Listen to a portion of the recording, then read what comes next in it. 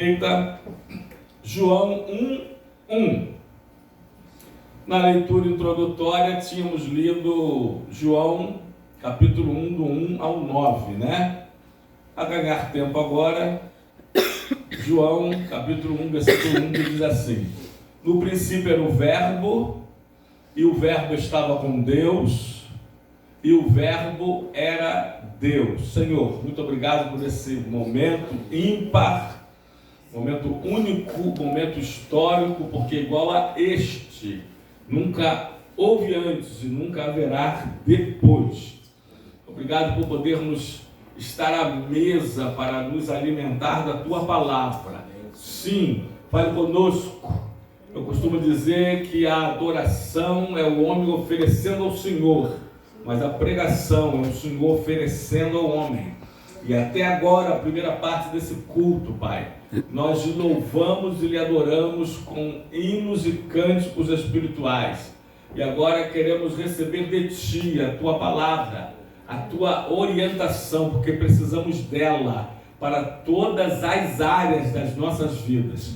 Fale conosco, que a Tua palavra vá e faça aquilo que lhe apraz, e que ela prospere para tudo aquilo pela qual ela foi designada por Ti.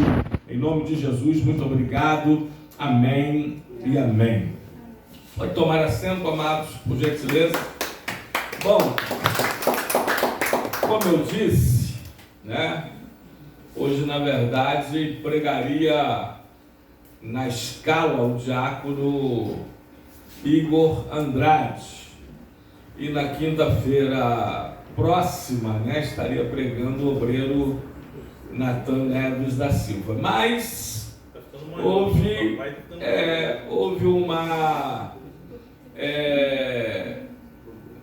uma dificuldade de entendimento da escala, né? Eu mesmo confundi, né? Porque na quinta passada disse que essa quinta estaria livre, não era. Essa quinta é a penúltima quinta, eu achei que fosse a antepenúltima.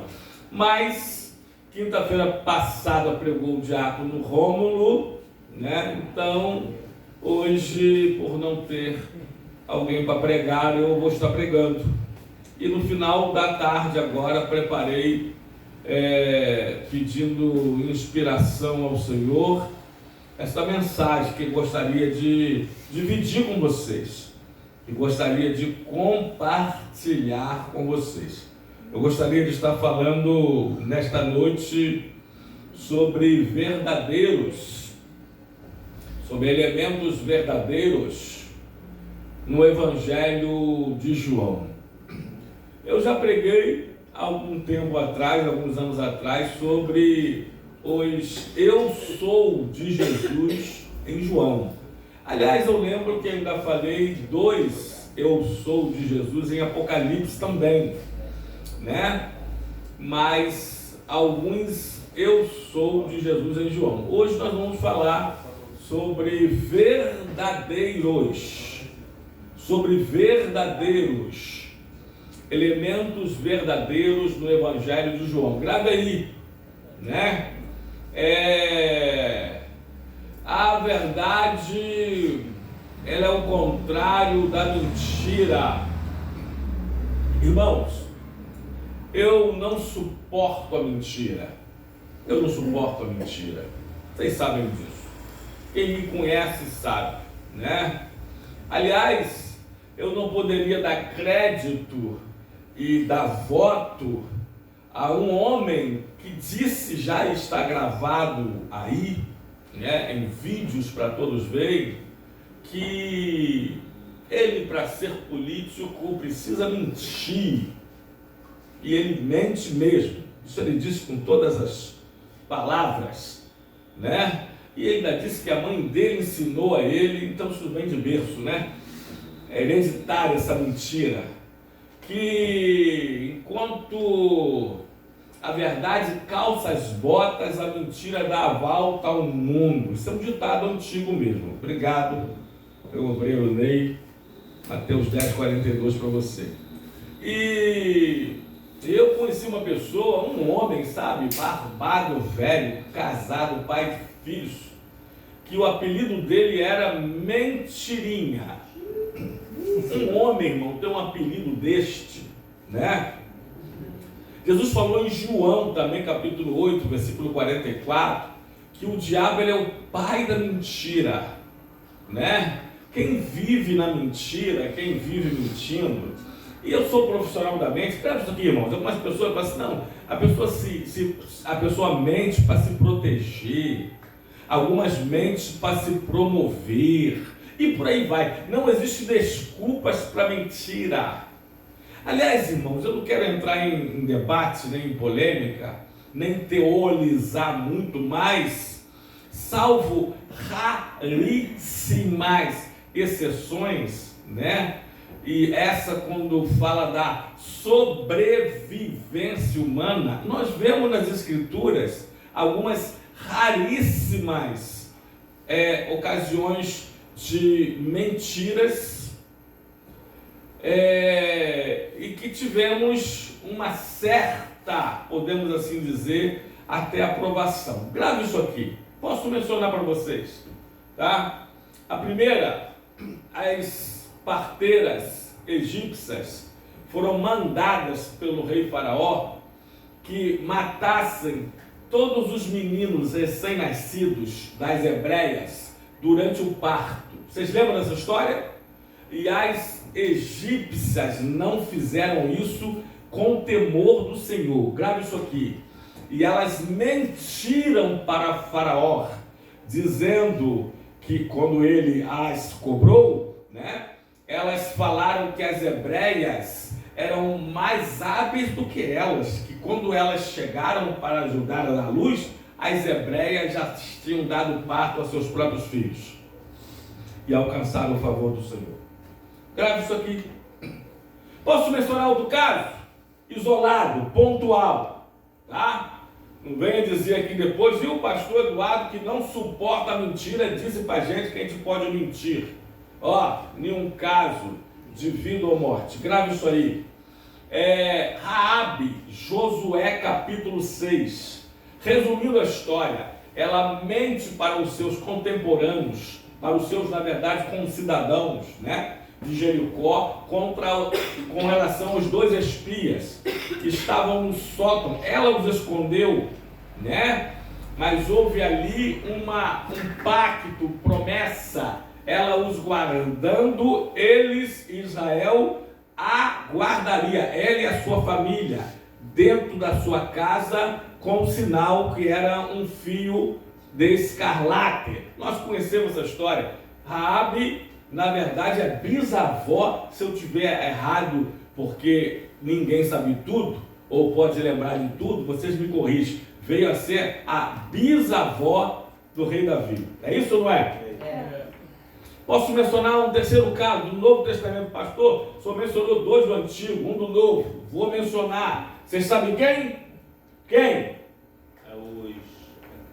Os magos, né? Com relação ao menino, ao bebê Jesus, que falam para o rei Herodes. Então nós temos, aliás, eu posso até, não, Abraão foi uma mentira errada e errônea.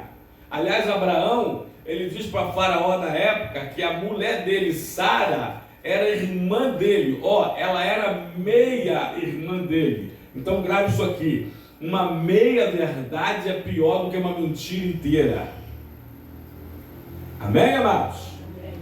Bom, mas vamos lá, algumas verdades ou verdadeiros ou verdadeiras em João, no Evangelho segundo escreveu João, o apóstolo amado, ou apóstolo do amor, o único dos apóstolos que não morreu como Marte, apesar de ser exilado, e segundo a tradição, jogado pelo imperador romano num caldeirão, o mandato dele, num caldeirão de óleo fervente, e João não morre.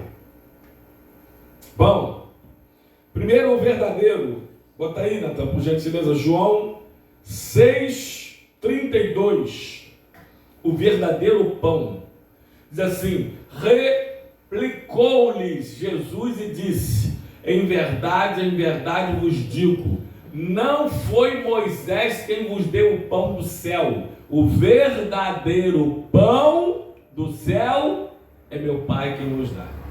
Que é Jesus mesmo. Bota aí, letra. João 6,35. Jesus fala assim: eu sou o pão da vida. O que vem a mim jamais terá fome. Então, no versículo anterior, Jesus está dizendo que não foi Moisés que deu o verdadeiro pão, né? A lei vem através de Moisés, a graça através do Senhor Jesus Cristo. Aliás, a graça e a verdade, João 1,17, Santana, bota aí por gentileza, né? Moisés, no deserto, o povo reclamando, o povo reclamador, né? Murmurador, era o povo de Israel.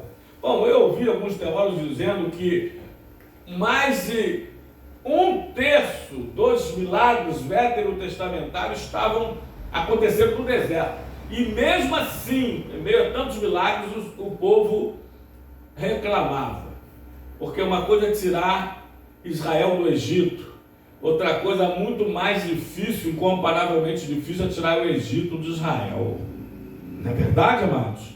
E por causa de 10 murmurações coletivas ou nacionais, né, de Israel, esse povo que saiu do Egito com mais de 21 anos para cima não entrou na terra prometida. Correram peregrinando, não marchando. Marcha é caminhar reto em frente, contínuas sempre. Peregrinar é rodar, rodar, rodar sem sair do lugar. Morreram ali, peregrinando 38 anos e meio, em torno de Cádiz Barneia. Bom, conhecemos a história. Bom, em um dos momentos eles reclamam de pão, de pão, de pão, quem me dera estar no Egito, ainda que escravizado, mas comendo pão, né? E Moisés ora a Deus, intercede a Deus, um dos maiores intercessores da história, poucos falam isso. E Deus então manda pão do céu. Qual é o nome do pão do céu? Maná. O que quer dizer maná? Eita, vocês estão afiados, hein? Maná quer dizer, o que é isto? Esse é o primeiro dia para vocês que Deus vai fazer coisa na sua vida, e Deus está fazendo, que pessoas vão dizer, que os vizinhos vão dizer assim, que os colegas vão dizer assim, que é isso? É Deus. É Deus. Mas o maná que descia todo dia no deserto, tinha que ter comido diariamente. Não podia ser guardado para o outro dia. Eita, meu Deus, será? Isso é outra mensagem, mas já são 8h24, o tempo não vai dar, né? Mas eles comiam todo dia, e todo dia sentiam fome. No outro dia tinham que colher de novo o maná, que era o pão do céu, o pão dos anjos, né? Mas todo dia tinha fome. Aí Jesus fala, pode voltar, Antônio, João capítulo 6,32, né? Que ele fala que o pão, Jesus disse, em verdade vos digo que não foi Moisés quem vos deu o pão do céu. O maná era um pão especial de Deus que caía do céu, mas diariamente eles tinham que colher e comer. Se alguém guardasse para outro dia, com exceção de sexta passada, vocês sabem disso, né? Estava apodrecido lá, incomível. Mas Jesus diz, mas o verdadeiro pão do céu é meu Pai que vos dá, que sou eu, que é Jesus. Jesus é o verdadeiro alimento que mata a nossa fome espiritual. Jesus é aquele que nos sustenta, que nos alimenta, que nos mantém. Eita! Que nos põe de pé, que nos mantém de pé, que nos dá força. O pão físico, Jesus falou em Mateus 4,4, né? Nem só de pão viverá o homem, mas sim de toda a palavra que procede da boca de Deus. O pão físico, ele é um alimento diário, aliás, é o símbolo de todos os alimentos. Mas a cada dia nós precisamos dele. E ele alimenta o nosso corpo. Ele nos fortalece, o alimento físico, né? A desnutrição que ataca milhões de crianças, principalmente na África, por falta de quê? É lógico, desnutrição, por falta de nutrição, por falta de alimento, por falta de pão, né? Agora, há muitos crentes desnutridos espiritualmente falando. Eita, como há! Há muitos crentes anêmicos espiritualmente falando. Há muitos crentes raquíticos espiritualmente falando. Há muitos crentes fracos. Há entre vós muitos fracos. Sabe por quê? Porque não se alimentam do verdadeiro pão que é Jesus. Aleluia. Que você possa se alimentar de Jesus nesta noite e sair daqui desse lugar robusto e vitaminado espiritualmente falando, porque Jesus falou: eu sou o verdadeiro pão, a verdadeira comida, o verdadeiro alimento para a tua vida. Segundo lugar, a gente precisa correr. O verdadeiro testemunho, até coloca aí tudo em João 8,14. Vamos ler o 13 e o 14?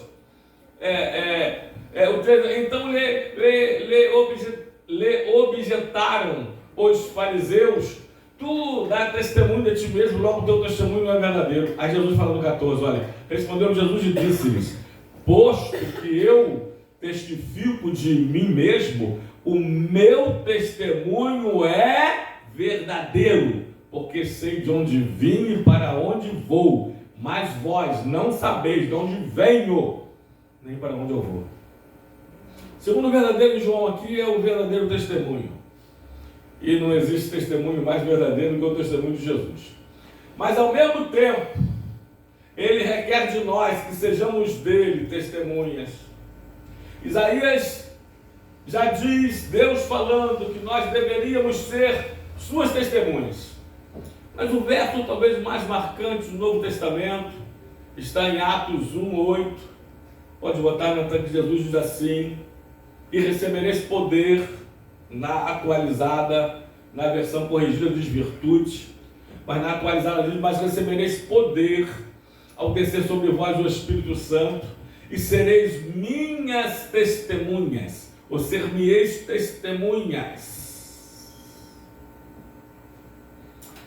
em Jerusalém, na Judéia, Samaria e até os confins da terra. Aleluia. Alguns até, né, falam, não, Jerusalém alguns dizem que Jerusalém é nossa casa, nossa rua, né?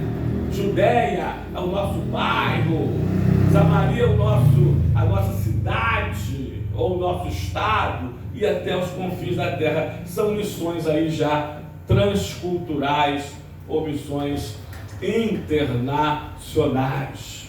Mas nós devemos ser testemunhas do Senhor a partir da nossa casa até os confins da terra, em todo lugar, né? Na abertura, vocês lembram o hino que Tânia cantou, de Diaconisa Tânia, na abertura da harpa cristã? Livre estou, livre estou. E logo após ela terminar, eu pegar o microfone para fazer a leitura introdutória, eu dei meu testemunho dizendo: como é bom cantar esse hino, livre estou, né? Porque só quem foi preso, cativo, em prisão, a céu aberto, escravo das drogas, do pecado, do diabo, sabe hoje o que é cantar: livre sou, louvado e glorificado seja o nome do Senhor. Você tem seu testemunho para dar? Você tem dado seu testemunho pessoal e comportamental aonde você está? Agora, há muitos testemunhos aí também. E cristão tem testemunho para contar. Crente tem testemunho para dar. Agora, outra coisa, Jesus fala que o meu testemunho é verdadeiro. Eu já ouvi muito testemunho aí também mentiroso. Fala. Tem gente que foi isso, que foi aquilo, que fez aquilo outro, que não sei o que, que não sei o que lá. Porque na década de 90, eu lembro que nós tivemos uma febre do testemunho. Chegou a invejar até alguns cristãos que eu conhecia, até pastores que nasceram de berço evangélico. Aí eles falaram assim: poxa, eu não tenho testemunho para dar, porque eu nunca bebi, eu nunca fumei, eu nunca joguei, eu nunca parriei, eu nunca pernoitei. Lembra dessa febre dos testemunhos? Eis isso, eis aquilo outro. Agora, o que há também de gente, e eu já conheci pessoas que aumentavam o seu testemunho, que acrescentavam, que mentiam, dizendo que foi, que fizeram, o que não foi, o que não fizeram. Facebook. Testemunhos mentirosos. Facebook, então. Não é verdade? Deu voz aos idiotas. Testemunhos mentirosos, mas que o seu testemunho seja verdadeiro. Primeiro, que você tenha um testemunho pessoal para contar e que seja verdadeiro, em nome de Jesus. Amém, amados? Amém. Louvado e glorificado seja o nome do Senhor e Salvador Jesus Cristo. Terceiro lugar, eu lembrei de uma história aqui, passando a revista entre os seus soldados, os seus oficiais, o imperador grego Alexandre Magno, o Grande, viu um homem que escrevera tipo um bilhete, alguma coisa em um papiro, e estava com algumas bebidas, vasilhames de bebida, e bebeu até dormir bêbado, tentar uma overdose alcoólica, e ele havia escrito, né, que ele estava devendo a alguns soldados, colegas, farda, oficiais também, muito, e estava tentando beber até morrer. E botou embaixo, assinado Alexandre, era o nome desse soldado. Aí Alexandre Magno o Grande se aproximou, o pegou dormindo, com bebida quase vazia que ele havia bebido, e leu esse bilhete e escreveu assim embaixo da assinatura dele, Alexandre. Escreveu assim, olha: ou você dê testemunho, ou você muda de nome. Assinado com o selo do anel real, Alexandre Magno, conhecido como Grande. Eu imagino Jesus olhando para muitos crentes e dizendo assim, olha, ou você dê testemunho, ou você muda de nome. Escute, cristãos, ou dê testemunho verdadeiro, ou não se chame, não se identifique-se mais como cristão. Se você é um cristão, dê um testemunho. Sabe o que eu compreendi? Eu ensinei? Eu aprendi. Todo lugar que eu chegar, qualquer lugar, cheguei num lugar novo, numa repartição, num ajuntamento de pessoas, na primeira oportunidade não, eu crio a primeira oportunidade para me identificar logo como cristão. Você aceita um cigarro, Senhor? Não, eu sou cristão. Eu não fumo mais. Aceita uma bebida? Posso estar numa festa, numa reunião social, eu não sei, em qualquer lugar. Não, eu sou cristão. Eu me identifico logo como cristão no começo, para eu tentar dar o meu testemunho de cristão até o final. Amém, amados? Amém. Tem pessoas que não fazem isso, aí entra numa brincadeirazinha, conta, daqui a pouco ouve uma piadinha, daqui a pouco está contando a sua própria piadinha, daqui a pouco ele não é crente, não se identifica como cristão. Ou você dê seu testemunho, ou você não é cristão. Terceiro lugar, verdadeiros em João, verdadeira luz, João 9, verdadeira luz, João 1,9, diz assim, a saber, a verdadeira luz que vinda ao mundo ilumina a todo homem, que é Jesus Cristo. Ele é a verdadeira luz. João ainda, capítulo 1, versículo 4 e 5. Esse versículo, nosso pastor Marinho, nosso primeiro vice-presidente, gosta de... Ele recita muito, né? Ele gosta de mencionar constantemente. A vida estava nele, em Jesus.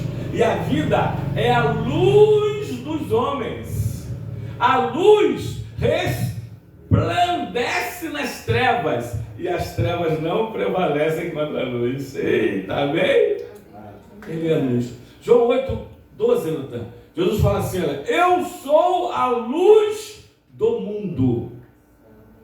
Aquele que me segue não andará em trevas. Pelo contrário, terá a luz da vida. Que maravilha. Irmãos, é muito bom dar a luz. É muito bom. A luz mostra, a luz revela. Aliás, lembra da Kodak? né? A luz revela, a luz traz à tona, a luz esclarece. As piores coisas são feitas no escuro, são feitas nas trevas.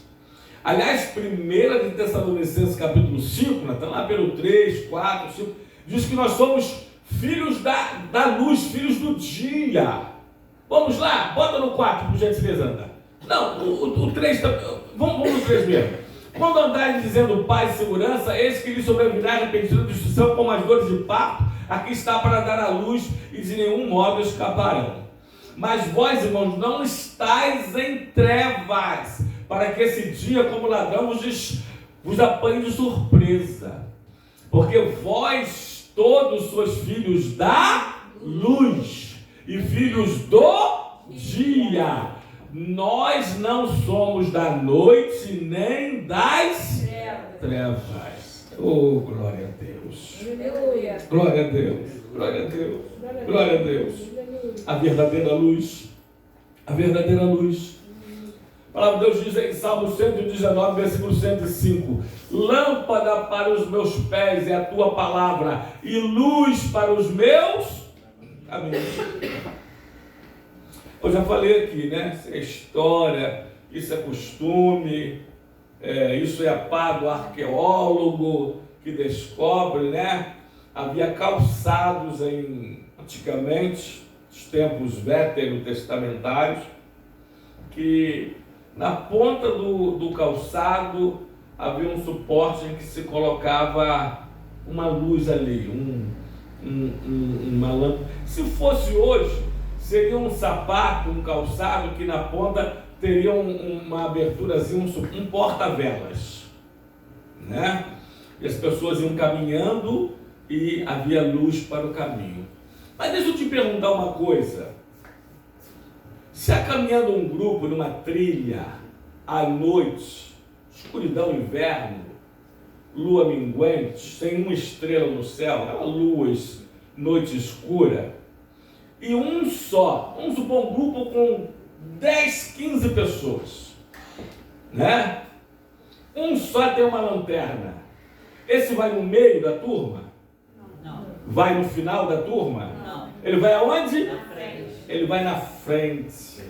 Assim Jesus, a nossa luz, eita, o nosso guia, vai na frente, nos guiando, nos iluminando e nos mostrando o caminho em que devemos andar e mais, as decisões em que devemos tomar. Eu sempre orei ao Senhor, desde jovem, desde os 15 para 16 anos, dia 11 de novembro de 84, quando aceitei Jesus Cristo, eu sempre orava assim: Senhor, me mostre o caminho que eu devo andar e as decisões que eu devo tomar.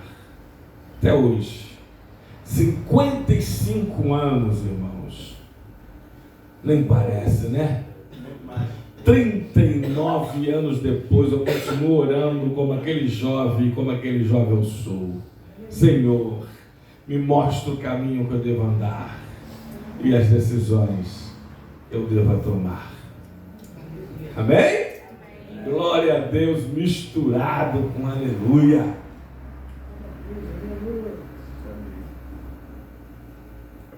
Quarto lugar. Estou correndo, vocês estão vendo? Quarto lugar. Verdadeiras em João, no Evangelho de João, bota aí no João 4, 23. Verdadeiros adoradores. Eita! Mas vem a hora, e já chegou, em que os verdadeiros adoradores adorarão o Pai em espírito e em verdade. Porque são estes que o Pai procura para seus adoradores. Eita! Há duas classes de pessoas que Deus procura, segundo as Escrituras. Uma no Antigo Testamento. Irmãos, eu tenho mais de 1000 versículos bíblicos decorados de cor, mas não tenho todos. Nenhum ser humano os tem. Só Deus, os anjos, o diabo e os demônios devem ter também. 31.173 versículos. Em Ezequiel, Natan, procura para mim no Google aí, aonde diz, procurei um homem, esse Ezequiel 30 e alguma coisa, procurei um homem que tapasse a brecha perante mim, diante desse povo. No Antigo Testamento, Deus procura intercessores. Eita! Ezequiel 22:30. Busquei entre eles um homem. Bota na outra que diz, procurei entre eles um homem que tapasse a brecha e que estivesse na brecha perante mim por esta terra, para que eu não a destruísse, mas a ninguém achei. Vamos tirar Ezequiel dessa, tá? Com exceção de Ezequiel. Procurei entre eles um homem. Deus, no Antigo Testamento, procurou um intercessor. E no Novo Testamento, igreja? Deus procurou quem? Adorador. O homem procura muita coisa. O homem procura cargos, títulos, posições. É verdade ou não é? O homem quer mais cargo do que cargas. O homem prefere posição do que disposição. O homem prefere inspiração do que transpiração, porque tudo dá mais trabalho. Então o homem procura ser grande. E tem um monte de gente aí procurando ser pastor. Ah, meu Deus do céu. Sabe por causa de que tem um monte de pastor abandonando tudo? Vocês conhecem? Estão vendo cada vez mais? É porque tem um monte de gente querendo ser pastor. Porque existe chamado pastor, mas existe pastor chamado. Quando o pastor é chamado por Deus, irmãos, às vezes ele nem procura ser. Eu sou um que está aqui, que falo convosco. Mas quando Deus tem uma chamada, você não pode ser Jonas, o fujão, não tem outro jeito. Deus te pega na curva, Deus te pega de jeito. Agora, o que tem de gente procurando ser pastor, procurando ser cantor, procurando ser famoso, procurando ter, tem um monte de gente procurando, isso é muita coisa, mas Deus procura duas classes de homens, intercessores, bota lá em João 4:23, e adoradores. Em primeiro lugar, Deus procura. Aí eu posso, não vou pregar sobre isso, mas eu posso rapidamente dizer, você só procura o quê, irmão? Você só procura o quê? Vamos comigo aqui, me ajude. Você só procura o que é importante, o que é interessante, o que você quer, o que você ama, o que você precisa. Você só procura porque está escasso, porque está difícil. É verdade ou mentira? Então Deus procura adoradores. Aliás, Deus procura verdadeiros adoradores. Vamos para outro ponto agora? Vamos para outro ponto? Se Deus procura verdadeiros adoradores, se existem verdadeiros adoradores, Deus está à procura deles? Porque existem falsos adoradores. Isso aí, minha filha Nayara, mãe do meu futuro neto, falou tudo. E o que mais existe é falsos adoradores. Irmão, me perdoe. Se você, já foi dito no IBD aqui, se você está num culto e você está se autofilmando, fazendo uma selfie, se você está se filmando, adorando, você está adorando? Aqui para nós. Aqui estou adorando, né? Aí fala uma língua estranha, né? Aí dá uma misturada de glória a Deus com aleluia, né? Aqui, aí mostra a igreja, o som, o louvor. Verdadeiros adoradores não precisam disso. Não precisam ser amostradinhos.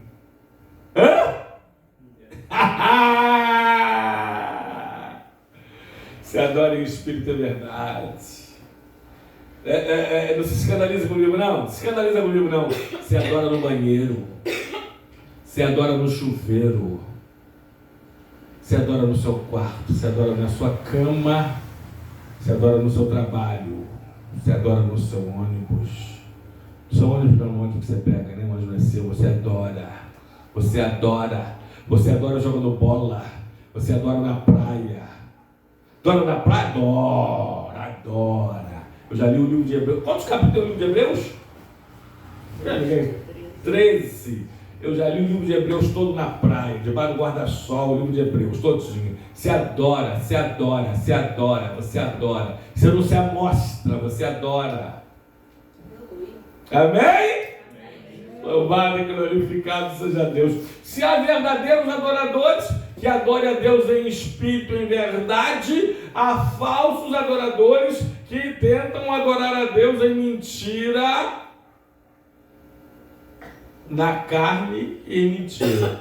Bom, vamos repetir? Me ajuda aí. Se tem, e Deus está à procura destes, verdadeiros adoradores que adoram a Deus em espírito e em verdade, tem falsos adoradores que tentam adorar a Deus na carne e na mentira.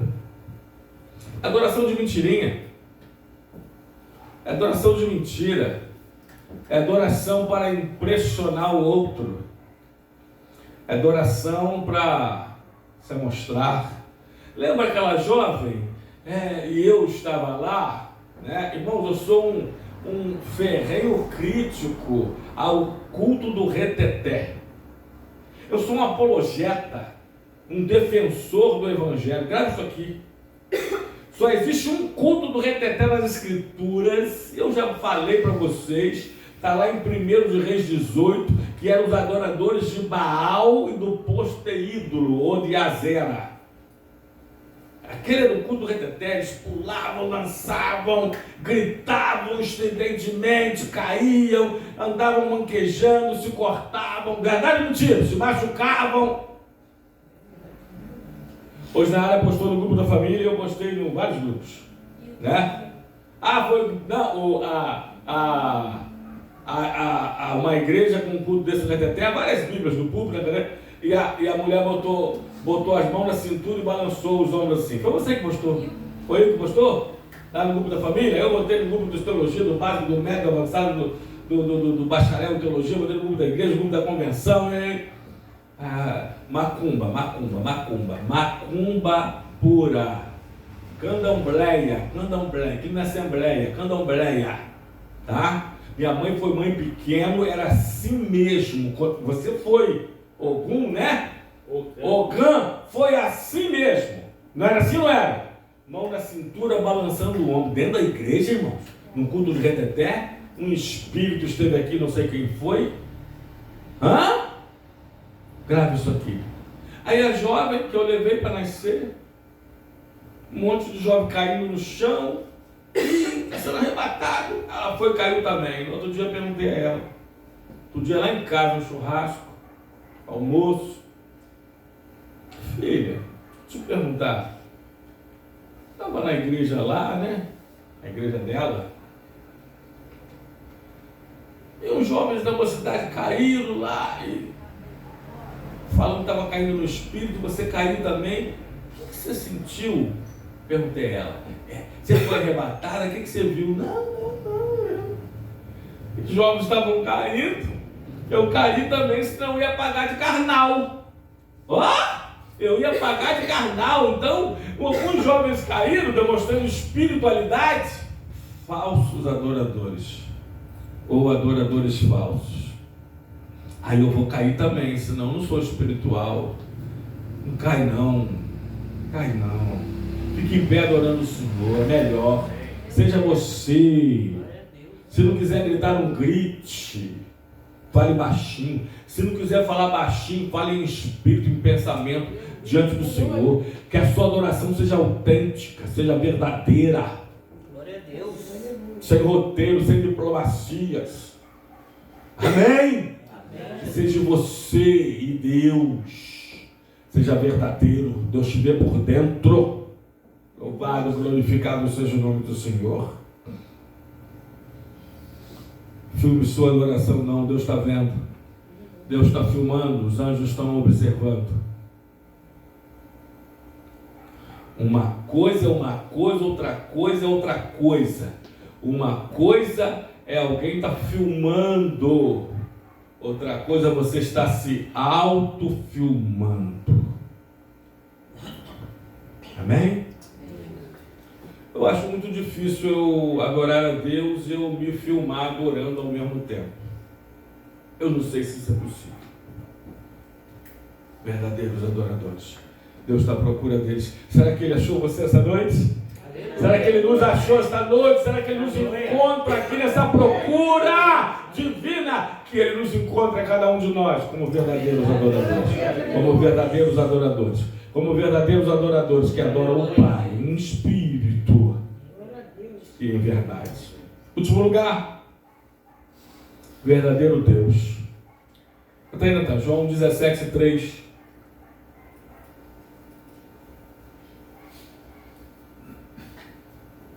E a vida eterna é esta: que te conheçam a ti, o único Deus verdadeiro, e que conheçam a Jesus Cristo, a quem enviaste. Bom, eu como teólogo, eu como educador cristão, eu gosto de destacar essa palavra conheçam, porque até a salvação tem a ver diretamente com o conhecimento. Com o conhecimento de Deus, porque a vida eterna é esta: que te conheçam a ti como único Deus verdadeiro e que conheçam a Jesus Cristo, a quem enviaste. Viu a importância? Aliás, foi Deus mesmo que falou em Oséias 6:3, Natan: conheçamos e prossigamos em conhecer o Senhor. Conheçamos e prossigamos, é um conhecimento progressivo de Deus. Bom, eu acho que eu já falei isso aqui. Aliás, eu tenho certeza que já falei. Não lembro em que ano, mas eu já falei que eu conheci a Jesus como meu Salvador no dia 11 de novembro de 1984. Conheci Jesus como Salvador. Era um domingo à noite. Cheguei em casa às 10 e pouco, fui jantar e dormi. No outro dia de manhã, acordei, tomei café, fui para a rua. 15 anos para 16. Tinha uns amigos, vamos jogar bola? Vamos jogar bola. Vamos fazer uma coisa errada? E eu falei, eu me converti ontem. Eu não posso. Eu sou servo de Jesus agora. Aí eu conheci naquela segunda-feira, no dia 12 de novembro de 84, a Jesus como meu Senhor. Eita! Eu tinha algumas doenças, que vocês conhecem a minha história já, né? Desde cedo. E o Senhor me curou. Aí eu conheci o Senhor como doutor, como médico dos médicos. Aí passou um tempinho, eu fiz 16 anos, 85, aí eu conheci, ele me batizou com o Espírito Santo na evidência de falar em novas línguas, em línguas estranhas. Aí eu conheci o Senhor como o quê? Como batizador, porque João Batista disse que é ele que batiza, não é o Espírito que batiza com o próprio Espírito, é Jesus que nos batiza com o Espírito Santo. Bom, para finalizar, porque isso também dá outra mensagem, até hoje eu estou conhecendo o Senhor como meu mestre, eita, como meu guia, até hoje como meu advogado, como meu juiz, até hoje, como meu amigo, até hoje, como meu companheiro, até hoje, como meu tutor, até hoje, como meu conselheiro, até hoje, eu estou conhecendo o Senhor. Conheçamos e prossigamos em conhecer o Senhor. É um conhecimento progressivo. Mas volta lá, Natan. E a vida, João 17:3. E a vida eterna é esta: que te conheçam a ti como único Deus verdadeiro. 5 minutos eu gostaria de ler, porque só existe um único Deus. Olha lá, o único Deus, o artigo definido, o único, para fechar aí, Deus verdadeiro, acabou. Todos os outros são falsos. Isaías 44, do 9 ao 20. Vamos tentar ler. Isaías 44, do 9 ao 20. Nem que eu faça uma leitura dinâmica. Olha só o retrato do homem mundial, do homem sem Deus, sem o Deus verdadeiro. Porque tirando Deus, o Criador dos céus, da terra e do mar e tudo que neles há, o Deus Jeová, o Deus aqui, o Deus já, todos os outros deuses, com D minúsculo, inclusive o diabo, 2 de Coríntios 4:4, que é o Deus desse século, são falsos. São deuses falsos. Só o nosso. Só o Deus das Escrituras é o Deus verdadeiro. Vamos lá? Todos os artifícios de imagens de escultura são nada. E as suas coisas preferidas são de nenhum préstimo. Eles mesmos são testemunhas de que elas nada veem, nem entendem, para que eles sejam confundidos. Eu lembrei do Salmo 115, mas vamos lá. Quem formaria um Deus ou fundiria uma imagem de escultura que é de nenhum préstimo ou de nenhum prestígio? Eis que todos os seus seguidores ficariam confundidos, pois os mesmos artifícios não passam de homens. Ajuntem-se todos e se apresentem, espantem-se e sejam a uma envergonhados. Eis que todos os seus seguidores, o ferreiro faz o machado, trabalha nas brasas, forma um ídolo, a martelo e forja-o com força do seu braço. Ele tem fome e a sua força falta, o artifício. Não bebe água e desfalece. O artifício em madeira estende o cordel e com os lápis esboça uma imagem, desenha, alisa com plena, marca com compasso, aí na área, minha filha arquiteta, e faz a semelhança e beleza de um homem que possa morar em uma casa. Um homem corta para si cedros, toma um cipreste ou um carvalho, fazendo escolha entre as árvores do bosque. Planta um pinheiro e a chuva o faz crescer. Tais árvores servem ao homem para queimar. Com parte de sua madeira se esquenta e coze o pão, e cozinha o pão. E também com a outra parte faz um Deus e se prostra diante dele, esculpe uma imagem e se ajoelha diante dela.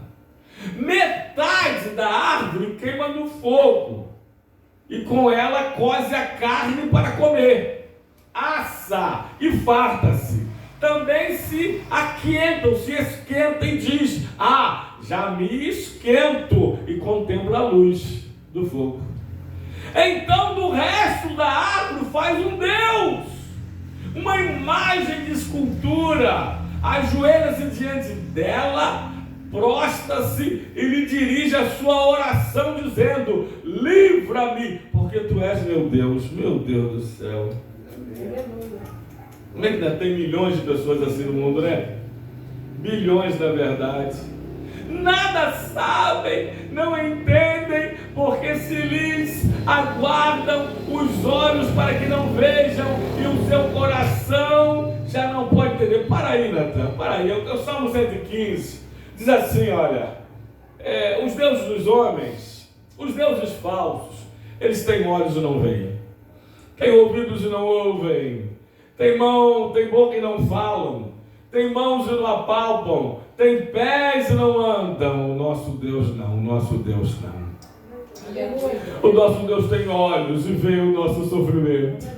O nosso Deus tem ouvidos e escuta a nossa oração. O nosso Deus tem boca e fala o nosso coração.